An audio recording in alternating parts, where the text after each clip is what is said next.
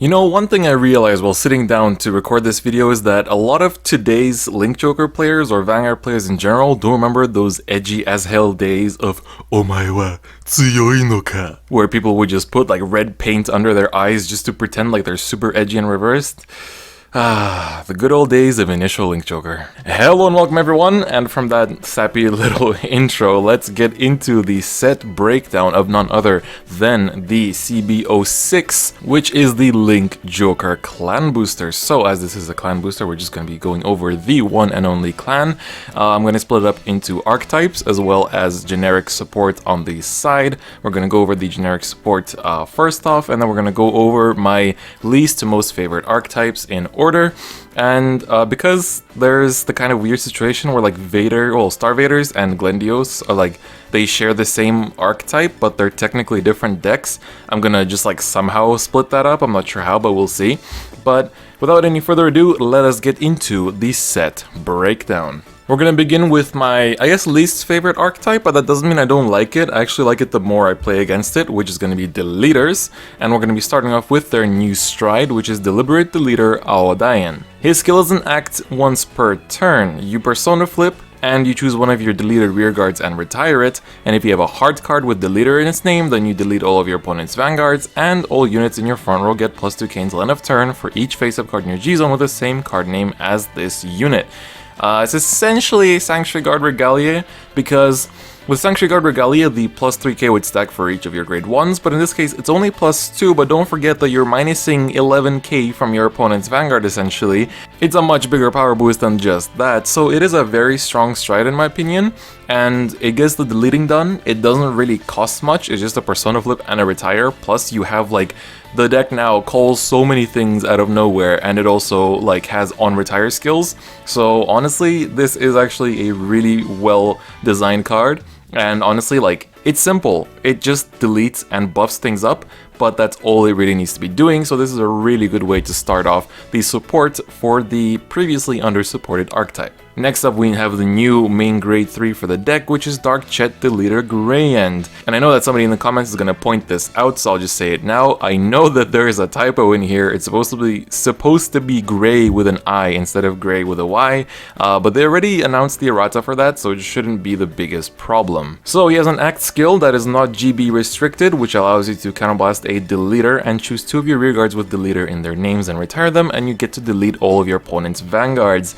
I just want to say that this is an insanely good ability when you're going first, because you can use a lot of the things that the deck is good at, like being able to withstand your Vanguard with, you know, the grade 2 Alpha Laurel, I guess you can say, and just in general, just go aggressive from the very get-go, plus already start locking things.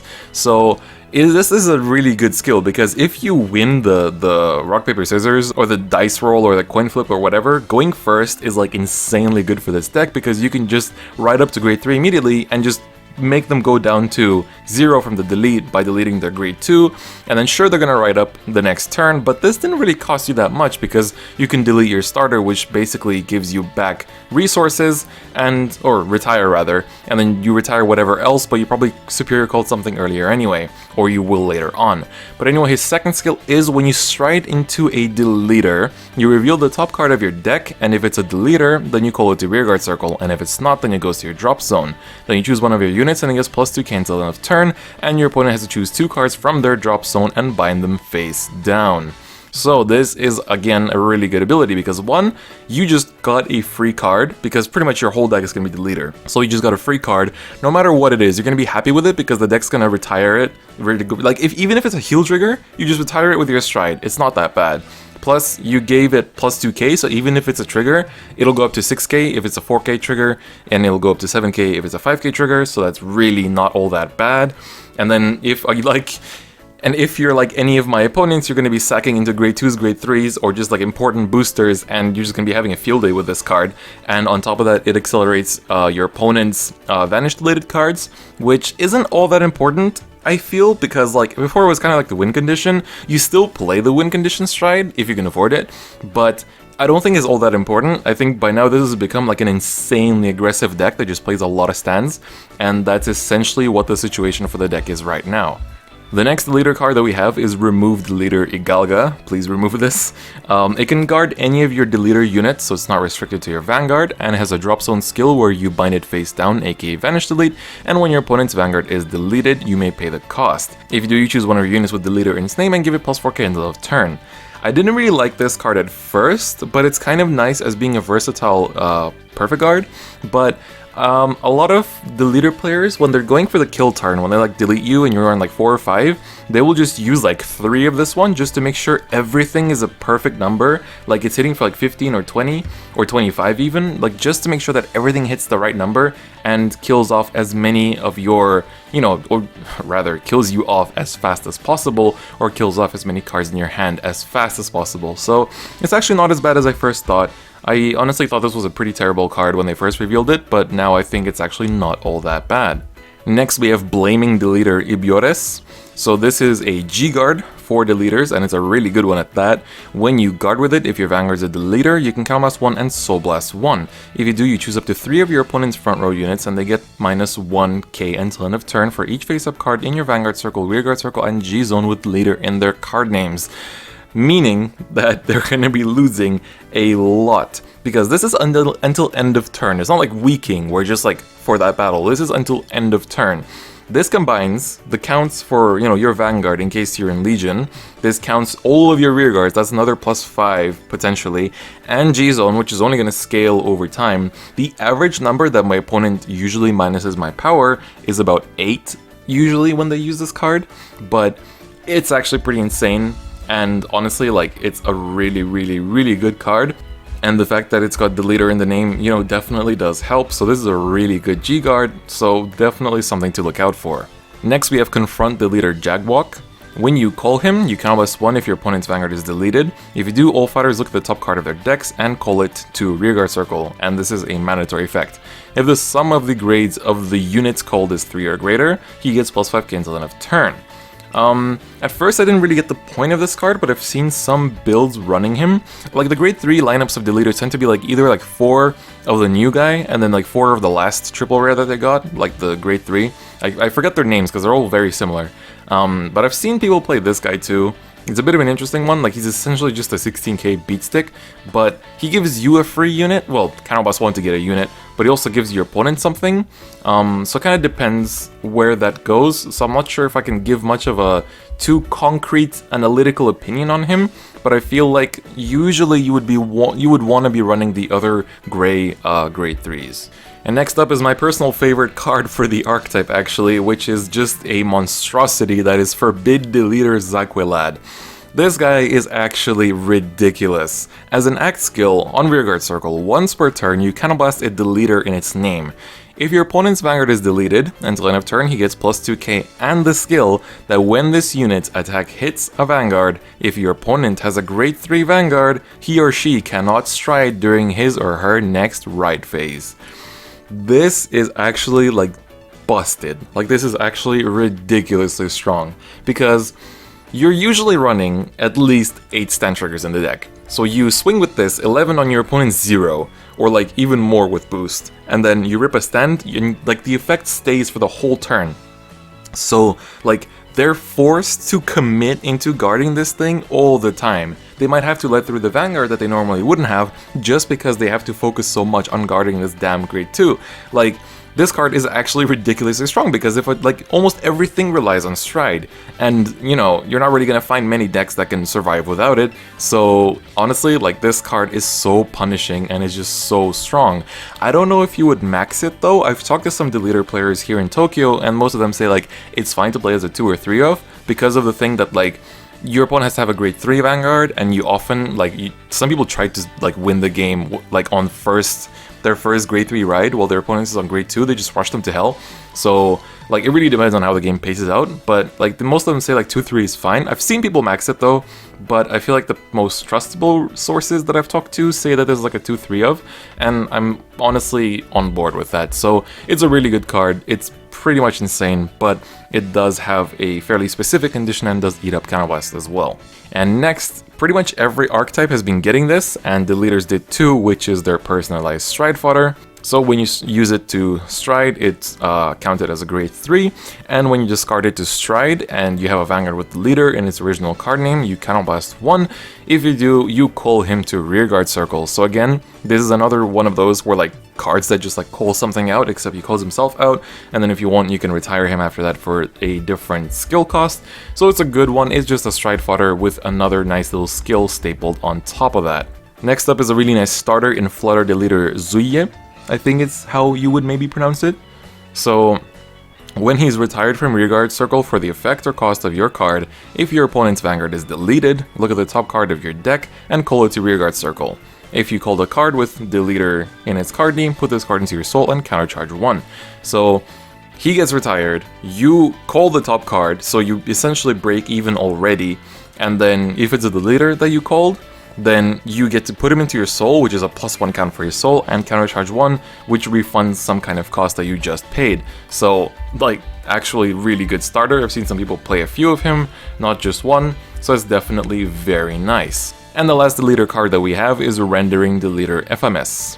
And his skill is also quite simple and also retire-centric. When he's retired for the cost or effect of your card, if your opponent's Vanguard is deleted, you look at the top card of your deck, call to rearguard circle, and it gets +5k until end of turn. So not only are you refunding the cost of the retire, but you're also buffing it up, which is just like insane. So that's why I'm saying, like, if you top deck call this kind of stand trigger, like, it's not a big deal because you're gonna get it back. And like the other stand trigger, it lets you draw a card on call. So like, this is definitely not bad. Both of the stand triggers for Deletors are like insanely good, so running 8 stands is definitely viable.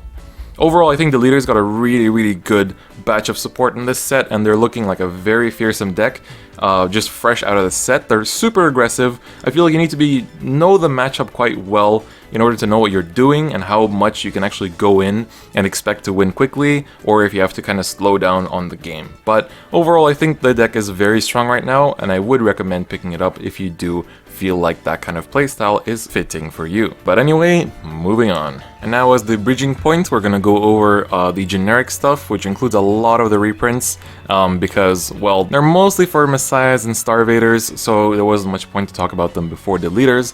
But anyway, the first reprint we have is Colony Maker, which is a pretty important one. And then the next generic card we have is Star-Vader Metanax Dragon. I say generic even though he has Star-Vader in his name, but you can technically play him in most things because his skill doesn't refer to having Star-Vader units.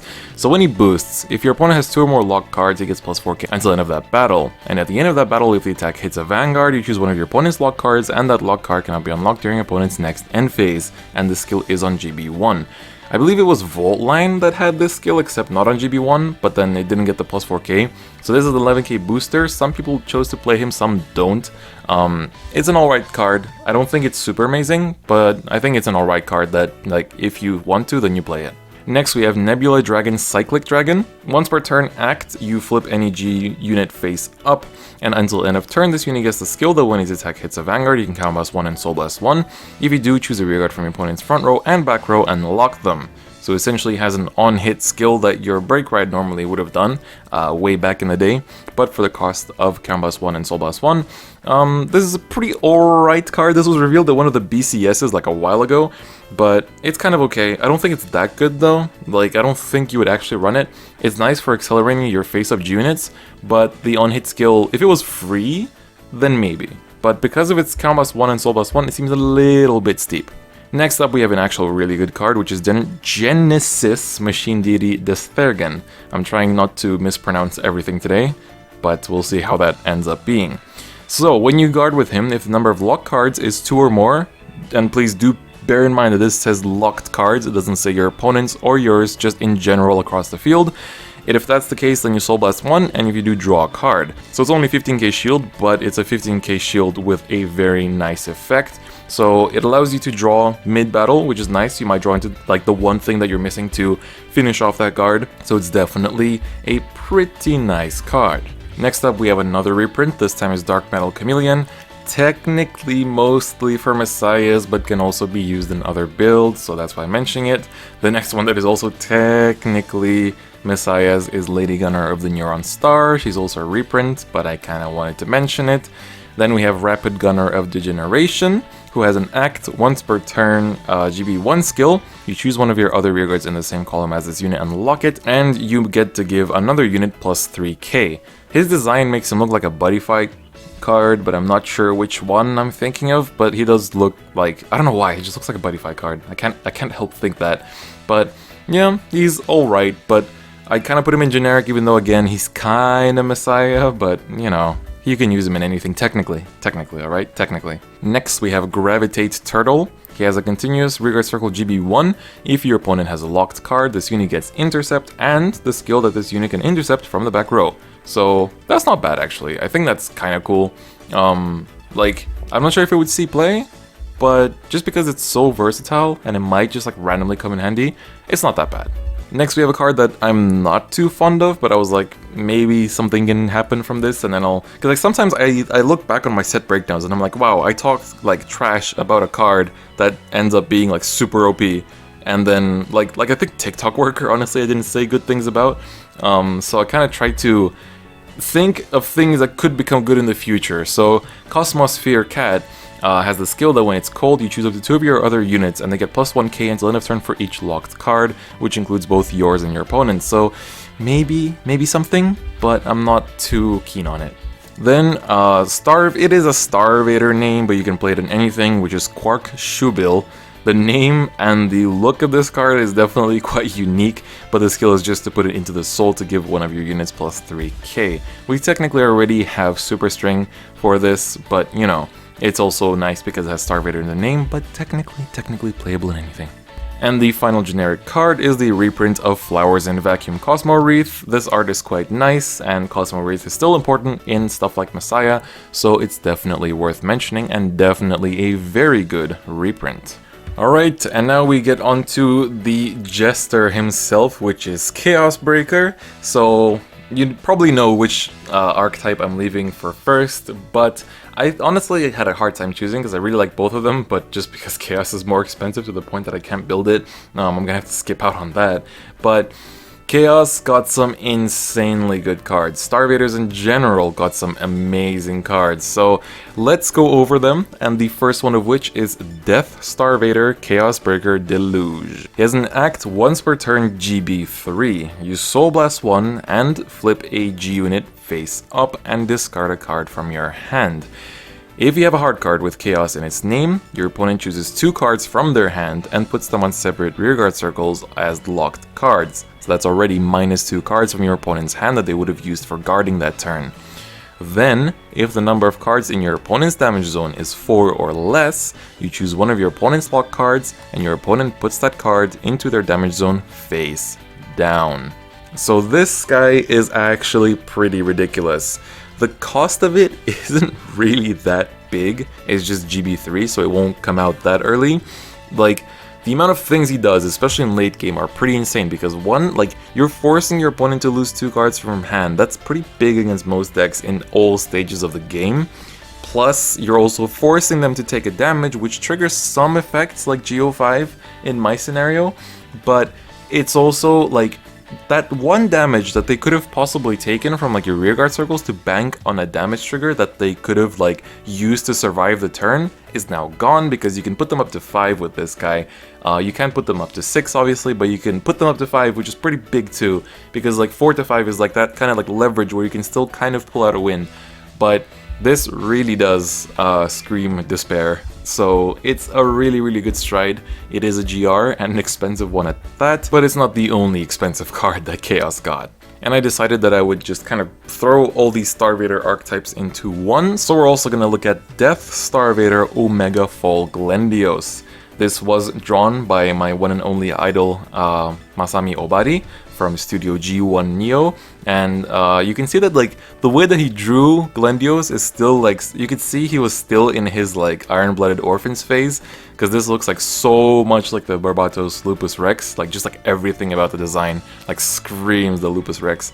So It's a really nice design, honestly. I love all of his work, and this definitely does not pale in comparison to anything else he's done whatsoever. So his first skill is an act once per turn. You persona flip, and you choose 2 of your rearguards with a reverse in their card names and retire them.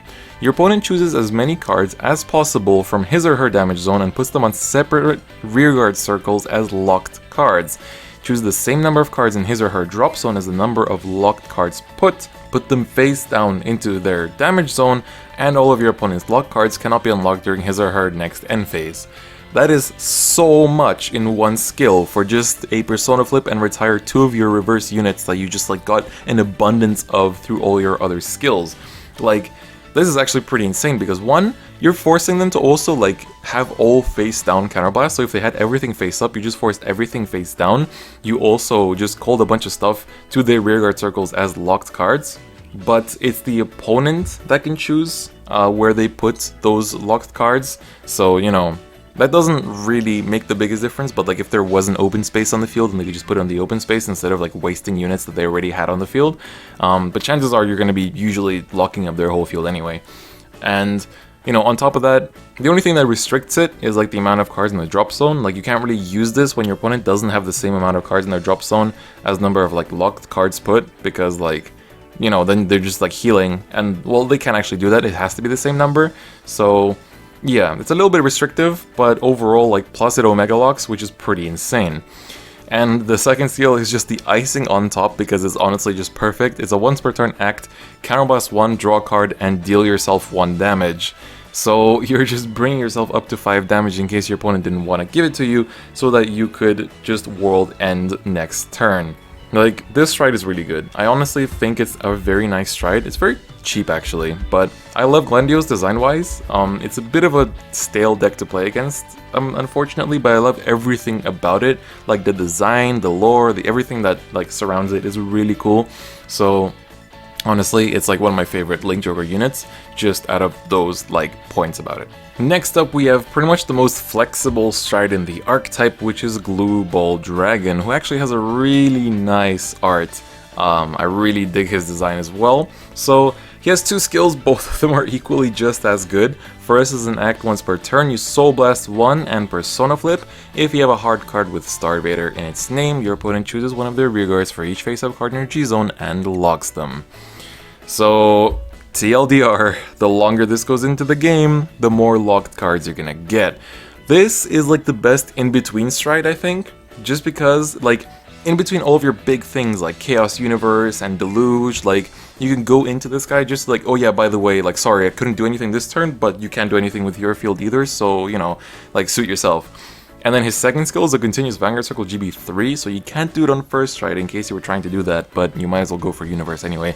But his GB3 skill is all of the units in your front row with Star-Vader in their card names get plus 3k for each of your opponent's locked cards. This is quite insane because this also essentially works as a Sanctuary Guard Regalia, because plus 3k for each locked card, if they've got 5k, like if they've got 5 cards locked, then that's a 15k buff to your front row, and that is actually quite ridiculous. And being able to do that on even like second stride is also quite bonkers, and thus like this lets you close out games faster than expected, which is why like sometimes I play against Chaos and I'm like, why don't I see Deluge so much? Oh yeah, it's because I died to goddamn Glue Ball. So it's a really strong stride. It's like the best in-between stride in my opinion. Like I'm not the best versed in like Chaos and just Star-Vaders and Link Joker in general, but just from my experience against it, and like this is kind of what I've just seen essentially, so it's a really good stride. And up next we have the card that restructured the way that the deck is played, which is Chaos Breaker Crisis. So his first skill is when you ride him or stride on top of him, you counterblast 1 and your opponent chooses one of their rearguards and locks it. This is really good against a lot of decks when it goes first, like for example against D-Robos. If I didn't call anything else, which usually I would have against the matchup, he can just ride into this and then like make me lock my Diehawk. And technically if I'm going first I don't care as much about that, but that can affect like my rearguard counts for like Laurel turns when I'm already like low on cards in hand at that very moment. But there's other, I feel like against Blade Wings it can also be a bit scary, but you know, like every deck can sort of counter the first like on ride lock, just because it's like, you know, you can just call something else and then choose to lock that unit instead, but it's still a very strong skill. The second skill is when your opponent's locked card is unlocked. If a unit was not retired due to the effect of this card during this turn, then you may retire that unlocked unit if you do draw a card. That's basically like a hard once per turn. It's a once per turn, it's just phrased in a way that like once that one like that one timing where you could have used it has passed and you didn't use it, like you can still use it if you didn't use it at that time. So this is much more of a like how old Chaos could just blow out all its soul and just like draw so many cards. This is a bit different in that you just take one every time, but you don't have to like go ham on soul charges. You don't have to go ham on counter charges because like you're able to control your resources a lot better because that second skill is free. So he basically reworked the way that the deck was played. You play 4 of this now for sure. It's a really good card, and you know, being able to on stride like Canvas 1 to lock something is also really cool. So it's definitely a very solid card. Next, we have Star-Vader Strange Dragon, which is Chaos-centric. So when he's called, and only when he's called, if you have a Vanguard with Chaos in its card name, this unit gets the skill that when he attacks or boosts, and the boost part we'll get onto later, if that attack is attacking a Vanguard, your opponent chooses one of their rearguards and locks it. And if they can't, then he gets plus 5k until end of turn, until end of that battle. So it's pretty good. It's like, well, I'm either gonna make you lock something, or I'm just gonna get power and push for game. So that's pretty big. And then his continuous is GB1. If your opponent has a locked card, he gets boost. So if he's still on the field after the turn that he was called, you can just like retreat him to the back row and use him as a 9k booster, which also isn't all that bad, although you're missing out on intercept. I also like his design. I think the card overall is fine. Some people don't like the fact that he's like the main skill is on call, but you know, you could just like intercept with it and then just call something else or call him again. So I really don't think it's that bad. I think some people are kind of over-exaggerating when they think that it's a terrible card. Next, Chaos got a nice Perfect Guard as well, which essentially can guard any unit with Star-Vader in its name. I guess this isn't a Chaos Perfect Guard, like Glendios can play it too. But after that, if your opponent, mid-guard actually, in the middle of the guard step, if your opponent has 3 or more locked cards, you may draw a card. And I mentioned this in Spotlight, but I've actually lost to this goddamn effect. Like my opponent, like I'm going in with Leon, and my opponent PGs once, and then they PG another time, and then they PG another time, and I'm like, did you just like draw those other two? He's like, yeah. I'm like, well, you know what? Like, just So I've actually lost this goddamn thing. It's a pretty, like, it's similar to like the Battle Sister one. It really is. But like some of the other, like the Narukami one is like after that battle, but this one is mid-battle. So pretty nice. I overall quite like this Perfect Guard. Now we're moving on to some of the cards that might not be as viable. So some of them are just kind of like good budget options. Some of them are just like filter. So first we have Star-Vader Boss Editor. So he has a non-GB restricted on-hit Vanguard skill, where you can canvas 1 Star-Vader, and if you do, then you choose one of your opponent's rearguards and lock it. But again, that does have to hit a Vanguard specifically, so it's a kind of more in like the filler section. Next, we have a good Glendios supporting card in Cruz Gabel. At the end of the battle that this unit attacked a Vanguard on both Vanguard and rearguard circles, you may counterblast 1 and choose a card from your hand and discard it. If you do look at the top 10 cards of your deck, reveal up to 2 cards with reverse in their card names from among them, put them into your hand and shuffle your deck. The fact that this also works on Vanguard Circle is like ridiculous, because you can just like, you know, you can just do this on your actual second turn, so just discard something that like is useless at that time, or even another reverse unit just to search for possible 2 more.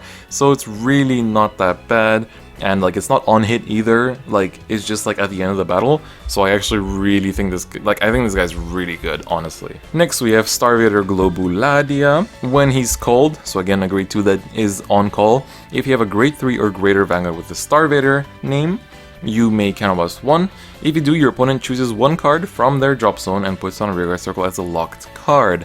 And until end of turn, this unit gets plus 3k, and if your opponent has 2 or more locked cards, then this unit gets plus 3k again. So 15k attack on his own for counterblast 1 isn't too bad. I'm not sure how I feel about the whole like call from drop zone thing, but I think it's kind of okay, because like it's just like you force their field to be clogged up with locked units, and with things like glue ball, like you're just gonna be locking everything every single turn anyway. So you kind of want to just like force them to always have a full field that's just like locked, and if you're playing Glendios, that's even better, so you know. Next is another good Glendios card, which is Spiral Arm. So Rearguard Circle continues, all of your units that do not belong to Link Joker get plus 10k shield. So your reverses will have plus 10k shield, which is also quite nice way to use your reverses. So he had another function to them. That's quite nice, quite nice. Second skill is, at the end of the battle, that he boosted a unit with Glendios or reverse in his card name, so it works both ways. You can counterblast one reverse. That part I don't like too much. Counterblasting or reverse is not gonna happen that much, I think. But, you know, yeah. And then for that cost, your opponent has to choose a rearguard of theirs and lock it. So, I don't know how often that second skill will go off, because like counterblasting a reverse is a little bit rough. Like, if it was just like Star-Vader, it would have been fine, but reverse, I don't know about that. I think the first skill is a bit better and a bit more consistent because it's just a continuous. So, but it's not a bad card. It's not a bad card, but just I'm not sure how often it's gonna go off. Next, we have yet another Stride Fodder, this time in Penrose Gate. So when you have a Star-Vader Vanguard and you pay for a Stride with this guy, then he counts as a grade 3. So that part is just Star-Vader specific, but the other part is when you discard him to Stride into a Chaos unit with the original card name, then you Soul Blast 1. If you do, you look at the top 7 cards of your deck and reveal up to 1 card with Chaos in its card name from among them and put it into your hand and shuffle your deck. So this is restricted to Chaos. It's not like you can't do it into any other Star-Vader Stride. But, you know, it's a Stride Fodder just for Star-Vaders in general, but sadly not the searching type. Sadly not the searching type. Next, we have like a pseudo Chaos skill in a grade 1, which is Neodymium. So when your opponent's lock card is unlocked during your opponent's end phase, if you have a Vanguard with Star-Vader in its name, you Soul Blast 1 and retire this unit. And if you do, then you retire that unlocked unit. And if it's retired, for whatever reason that it may not be, then if it is actually retired, I keep repeating myself, then you do draw a card. So in the end, you don't break even, you kind of break even, because you lose 1 from soul, you lose 1 from field, and they lose 1 from field, and you draw 1. So it's more or less break even, but I'm not sure if this will be played. It's an interesting idea, but I'm not too keen on it. An interesting idea, but I'm not sure where they were going with it, but it looks like an anti-spiral, so I'm going to mention it anyway, is Elgibbs. So when you boost a Star-Vader, if your opponent has 2 or more locked cards, you may draw a card, and then you have to discard 1, and then he gets plus 2k until end of that battle. So he's an 8k booster, not too big on the 6k base power, and the fact that he doesn't actually generate much advantage, it's just like filtering. So might be played, but I don't really see it being played that much, but I thought I would mention it nevertheless. Next, we have a new Chaos starter, which in my opinion, it didn't really need, because it already has one of the best starters that like any deck can ask for. So this one is Plank Draco Kid, and his skill is an act, count +1, retire him. You look at the top 7 cards of your deck, reveal up to 1 Chaos in his card name, put it into your hand and shuffle your deck. And if your opponent has a lock card, then he or she chooses one of their rearguards and locks it. So I'm not too happy with this guy. He's also just like 4k power, which is like why. I'm honestly not too happy with this guy. It doesn't replace that of the old starter, which can just search out any grade 1, like excuse me. Like, I don't think you should be trying to replace that because it's just way too good right now. Next, we have a reprint of Paradigm Shift, which is a pretty big deal because that is a really important crit.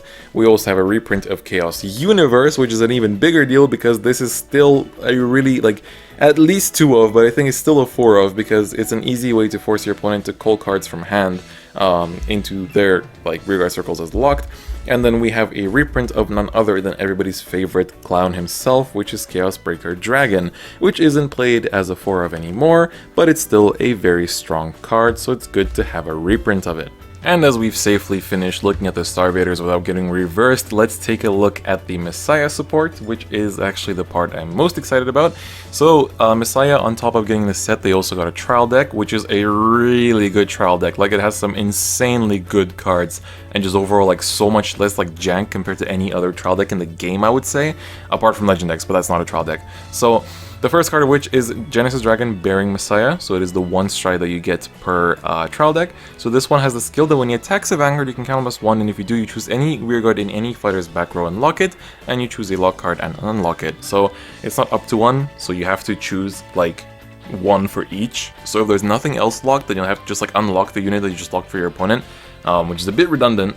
but I think in most cases you will have something locked on your side of the field as well. Not a very good stride, but still, like for a trial deck, it's alright. Next up, because it is one of the newer trial decks, it also has a G-Guard, which is light that seals the tier Lady Healer.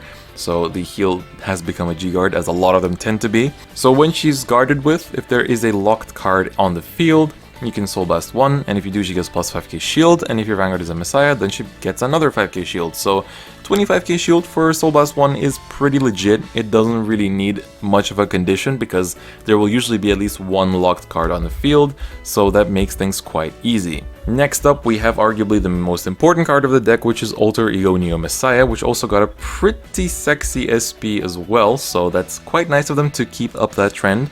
So, his first skill is a Vanguard Circle. When your Messiah G-Unit strides, you choose up to one card from your hand and call it to Rearguard Circle, and you choose up to one of each fighter's rearguards and lock them. So, fairly nice skill. You just get to like call something in the middle of stride step and also lock something on the field, so that basically gets your stuff kickstarted. So again, like the stride will never just be able to unlock the same unit, because you'll have at least something locked on your field thanks to Alter Ego. So it's a pretty nice skill. It doesn't cost anything, and it just does what it needs to do, I think, is a good way to look at it. His GB2, however, is at the end of your turn, if a locked card was unlocked during that turn due to the effect of your card, you may pay the cost, which is Soul Blast 1. If you do, you draw 2 cards this time. So, I said this in the Cardfighter Spotlight, do check that out if you haven't already, but this does also switch the focus of the deck, just like Chaos did, from like this like mass draw and like mass Soul Blast, to just doing it like once a time, because it's also just like once when something is unlocked. So it's pretty interesting. I like this card myself. I think it's quite strong. I might not be too big on the art though. I feel like it's a little bit too gray, but maybe that's just me. I think it's still pretty, but just I think that's really just me. So pretty interesting, pretty nice, but yeah, it's a really good new grade 3, and on top of that they also reprinted Alter Ego Messiah, so you can have both of them in the same trial deck, although obviously not, you know, playsets of both. Next, another really important reprint is Arrestor Messiah. This card is like super essential, so like the fact that it got reprinted in the trial deck is like just the value of this thing is insane. Next is Metalia Messiah. So first skill is it cannot be locked by card effects, both yours and your opponent's, but the second skill is especially important, GB1. When another card is locked or unlocked, this unit gets plus 3k until end of turn. I quite like this guy honestly, because like during those like really big turns when you're going in with your like big strides, you're gonna be pumping up a lot of power on this guy. Sure, you won't be getting much like multi-attacking done, because like you can't like lock him, unlock him, attack, that kind of thing, but like he will build up pretty high. Like 3k each time is quite a lot, so honestly like this is a pretty nice grade 2. Next is a reprint of the Stridefighter Destiny Dealer. Like putting this in a trial deck is like so nice, so like honestly like Bushrod was like godlike going into this trial deck. Then one of the new cards is Dunamis Messiah. So GB1, at the end of the battle, this unit boosted, you can Soul Blast 1. If you do, you choose up to one locked card and unlock it, and unlock this unit. You choose one of your units and it gets plus 4 until end of turn. This kind of interacts in a way where like you can lock him after the battle, and then like also the thing in front of him would also get locked eventually, and then when you do unlock him, he'll just be a fresh new booster. So even if you didn't unlock him with your own like stride, but just like with a different effect, so it like indirectly causes a new boost, plus gives out 4k, but it does cost a Soul Blast 1. So it's pretty nice. It's pretty nice. I honestly quite like this grade 1. And next we have the new starter, which is Neon Messiah Orion. When this unit is unlocked during your turn, if your Vanguard is Messiah, you can slide him into the soul. If you do, you draw a card and choose one of your units and give it plus 5k until end of that turn. So, pretty good starter as well. I think, like, he's not as flexible as the first starter, but the first starter was also a bit clunky because he was like a grade 3 searcher on GB1, so it was like kind of like meh. But this one is actually quite versatile. It just draws you a card and fills up the soul, so I really don't think it's a bad card. And then the last card for the trial deck that's worth mentioning is the reprint of Superstring, which has a new art as well. So that's it for the trial deck, and now jumping onto the set, we have another pool of pretty good cards. So the first one of which is the other GR of the set, which is Genesis Dragon Harmonix Neo Messiah. So Harmonix is finally back. That's pretty nice to see. It's not Amnesty, it's the actual original Harmonix. So GB3, when he attacks, if you have a hard card with Messiah, you can choose a G unit and flip it face up. If you do, unlock all locked cards and choose all of your unlocked units. They get plus 5k until end of turn, and this unit gets plus 5k for each unit unlocked. If the number of cards unlocked is 5 or more, your opponent cannot call grade 1 or greater cards from hand to Guardian Circle until end of that battle. It seals guarding, it buffs up everything on your field, and if you're playing the Metalia dude that I mentioned from the trial deck, then he's gonna get even more buff on top of that. And if that's not enough, he's also getting charged by 5k for each and every one. So honestly, it's not a bad one. I was a little bit, when they revealed him, I was a little bit like, oh, he doesn't get a crit, he doesn't get a drive, he doesn't like gain a lot of stuff that you would expect, it's just guard restrict. But honestly, if you're playing this on like 4 or 5, like your opponent is gonna have to drop like 2 PGs that turn to survive this, because like 1 PG for the Vanguard, and then like they could get away with some G guards. Like there are some G guards that can go for like insanely high guards, but like this is a pretty scary one, and the fact that it's essentially free is also pretty big, because this doesn't mean you just have to play one of him. You can do this like 2 or 3 times in a row, and like they will eventually run out of resources to put up with this, so it's actually quite scary because it's just like this huge massive buff on your field, and like sure, you're unlocking everything on your opponent's turn, but it's not really Messiah's playstyle to just be like super control-y like Chaos would be. So honestly, like with the aggressive style of Messiah's, this is actually really nice. The other good stride that Messiah's got is Basaltis Messiah. So when he attacks, if your hard card is Messiah, you can counterblast 1 and Persona Flip. If you do, choose a locked card and a rear guard in any player's field for each face-up card in your G-Zone, and you may lock or unlock each of them. If you unlocked 1 or more cards, you draw a card. So the draw a card thing is nice, it's gonna happen every single time. And then essentially like choosing a lock card and a rear guard in each player's fields and like turning them the other side is quite nice, because like if you have even like 2 or 3, then you're unlocking 3 of your things and like triggering a bunch of skills or getting a bunch of new attacks out, and also like locking 3 of your opponent's units so that you can like keep them locked for your opponent's turn. And you know, that way you can also do like the triangle formation lock, which is also quite nice. So he's pretty good. Like I feel like he's the more like control heavy stride in the deck, but he's still quite nice because he can open up plays and like multi-attacks with your cards as well. So I really like how like he lets you just like choose which things are locked, which cards are unlocked. But the only gripe I have with him is like when I first saw the art, I thought it would be a G guard because it doesn't look very like super crazy powerful like a stride normally would. But like in the end, he's actually a pretty good card. So I think overall people are quite happy with him. And then here's the main reason why I chose to play Messiah's, which is Lady Fencer of Matter Transmission. So she's drawn by Lukier's artist, as I mentioned before, and so her skill is, when she's placed on rearguard circle or unlocked, if your Vanguard is Messiah, she gets plus 2k until end of turn. So every time she will be at least an 11k attacker, and the reason why I say at least is because of her second skill, which is GB1. When she attacks, if your Vanguard is a Messiah, you can counterblast 1. If you do, Soul Charge 1 and she gets plus 5k until end of that battle, and at the end of that battle, lock this unit. That is also really nice. Sure, it does eat up your counterblast, but from what I know, the deck doesn't eat up counterblast that much anyway, so it's not that bad to be using it on her. But she can like she's basically like a refreshing attacker on her own, because like after her battle, you lock her, and then through like any other skill you unlock her, and here's another free attack. And then if you can like still use something else to unlock her mid-battle, like you just got 3 attacks out of 1 unit, and that's like insane. Like I'm not good at, like I haven't played Messiah's yet properly, and it doesn't have as much of a showing as Chaos does, but I feel like you can achieve some pretty nice things with her. Like she's just there to be a good beat stick, but like she doesn't need to be anything else apart from a good beat stick.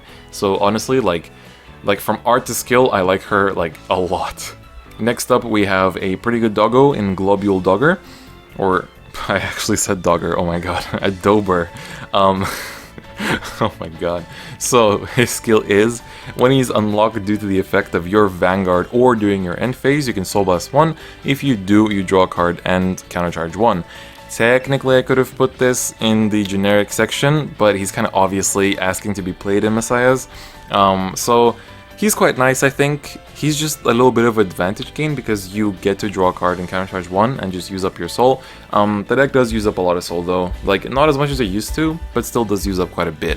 So he doesn't really help with that. Some people play him, some people don't, but I think it's fine either way. And next, Messiah's got a perfect card. This time it's not as obviously good, I feel. Like this one is like, I don't know, I think you would still play the end flipping one, but I've seen some lists, like the one that just won BCS Melbourne, I believe, was playing 4 of her. So she can guard any Messiah unit, which is a pretty good trait to have. And then her second skill is an G-CB01. You bind her face up and choose 2 rearguards and lock them.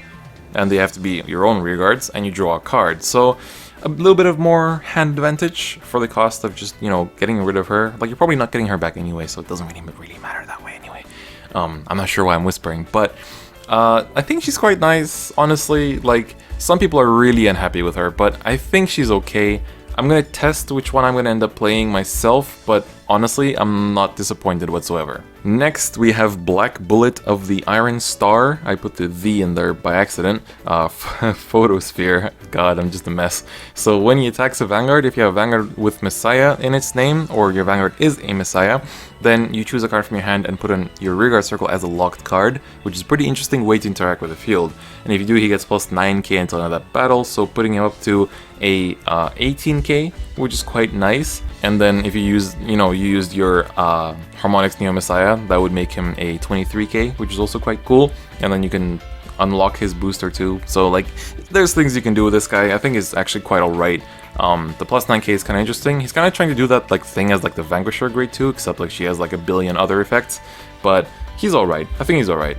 And then if I'm not mistaken, the final Messiah card is actually a reprint of Blink Messiah, which is a reprint that a lot of people have been asking for, myself included. So like, this set and the trial deck have some insanely good reprints, and that's like one of the most attractive things about the set in my opinion. And so it's a really well executed set. Some people are complaining because that there's like too much Link Joker in their local metas, but honestly, like, what else are you expecting when a clan booster drops? It's almost always that one clan that just dominates for a few weeks. So we'll see how things turn after the next set, GBZ13, and also let's not forget that Link Joker as a whole is getting support once again in the Stargate booster, but I'm not expecting it to get a very big portion out of it because they got a lot of good support in this one set, and they managed to make pretty much every supported archetype receive some very important cards. So that's gonna be it for this video today. We're getting close to 50 minutes. This is a bit shorter than our usual set breakdowns lately, so that's I think that's a good thing, But so we're gonna wrap it up over here. I'm honestly quite happy with this set. I think it supports things very well. It freshens up the meta a little bit. Star-Vaders were kind of out of it for a while. Like, Chaos was always good, but it just hadn't hit the top tables until this set for a really long while because it was just a bit too slow, and now it's catching up again. We'll see how that lasts. I think Chaos has always been a good pick. Like, even when it didn't get support for a while, I think it was a great pick, especially after the stuff that it got in the last Fighters collection. Like, it was a very solid pick for tournaments. So that's gonna be it for me today. I hope you guys enjoyed this video. Don't forget to hit the bell button at the bottom if you haven't already to receive notifications when I upload a new video, and that's that. So that's gonna be it for me today, and I'll see you guys next time. Bye bye.